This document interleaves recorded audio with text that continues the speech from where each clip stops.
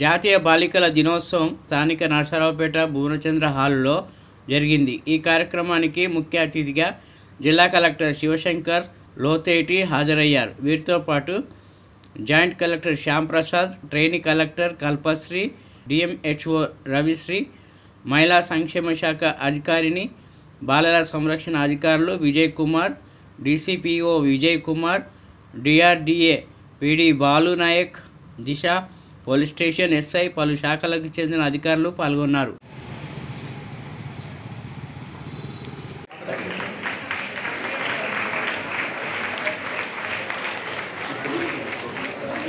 చిక్కి పాలు తాగటం గుడ్డు తెప్ప చేస్తుంది.